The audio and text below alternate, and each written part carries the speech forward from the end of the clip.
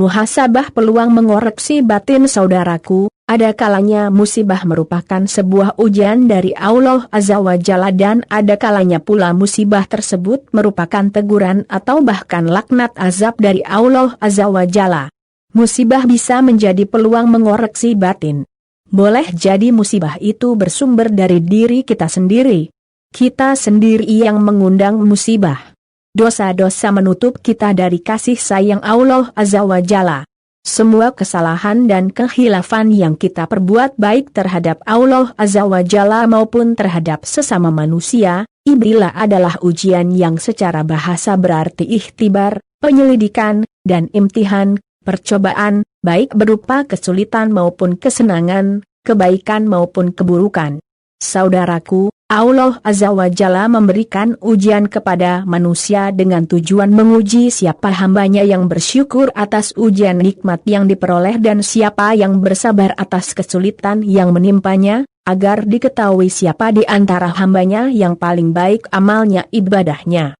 Allah Azza wa Jalla berfirman, kami akan menguji kamu dengan keburukan dan kebaikan sebagai cobaan, yang sebenar-benarnya.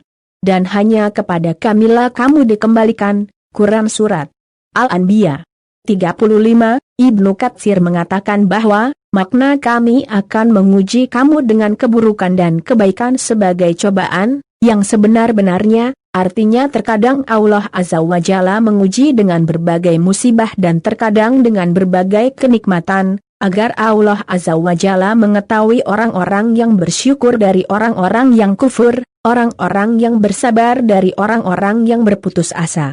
Sebagaimana perkataan Ali bin Talah dari Ibnu Abbas yang artinya, dan kami menguji kalian, dia mengatakan kami menguji kalian dengan keburukan dan kebaikan sebagai fitnah, cobaan, dengan kesulitan dan kelapangan, kesehatan dan rasa sakit, kekayaan dan kemiskinan, halal dan haram, ketaatan dan kemaksiatan, petunjuk dan kesesatan. Sedangkan firman-Nya yang berarti dan hanya kepada kamilah kamu dikembalikan, adalah kami akan memberikan ganjaran, balasan, atas amal kamu. Tafsir Al-Quran Al-Azhim Juz FHLM 342. Saudaraku, ujian yang diberikan oleh Allah Azza wa Jalla disesuaikan dengan kadar dan kualitas keimanan seseorang serta sebagai sarana untuk menambahkan pahala bagi orang-orang yang bersabar.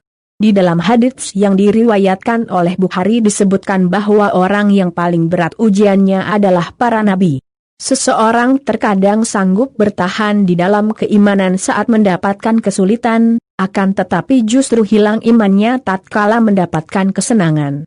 Maka, bentuk ujian apapun yang Allah Azza wa Jalla berikan pada kita, kita sepatutnya senantiasa bersyukur dan bersabar.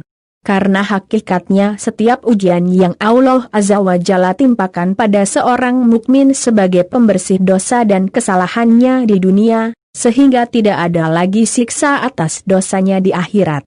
Sebagaimana yang diriwayatkan oleh Tirmizi disebutkan bahwa Rasulullah Shallallahu Alaihi Wasallam bersabda, tidaklah seorang mukmin atau mukminah yang ditimpa suatu bala, cobaan, sehingga ia berjalan di bumi tanpa membawa kesalahan, senantiasa cobaan itu datang menimpa seorang mukmin dan mukminah pada dirinya, anaknya, dan hartanya sampai dia berjumpa dengan Allah tanpa ada satupun dosa pada dirinya. Hadis riwayat Tirmizi nomor 2399. Saudaraku, terkait ujian atau cobaan yang Allah Azza wa Jalla turunkan kepada hambanya, Allah Azza wa Jalla menganjurkan untuk tetap bersabar, sebagaimana firman-Nya.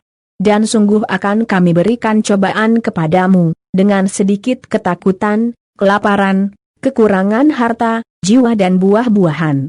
Dan berikanlah berita gembira kepada orang-orang yang sabar. Quran Surat Al-Baqarah 155. Kemudian Allah Azza wa Jalla juga akan menurunkan azab kepada orang-orang yang gemar berbuat dosa dan maksiat. Sebagaimana firman-Nya, dan apa saja musibah yang menimpa kamu maka adalah disebabkan oleh perbuatan tanganmu sendiri, dan Allah memaafkan sebagian besar dari kesalahan-kesalahanmu. Quran Surat Asy-Syura 30. Saudaraku, untuk meninggikan derajat seorang hambanya yang saleh, Terkadang Allah Azza wa Jalla memberikan ujian dan cobaan. Sebagaimana penjelasan sebuah hadits dari Anas bin Malik radhiyallahu anhu bahwa Nabi sallallahu alaihi wasallam bersabda, 2396,146, sesungguhnya agungnya pahala seiring dengan besarnya cobaan. Sesungguhnya Allah ketika mencintai suatu kaum, maka Ia akan mengujinya.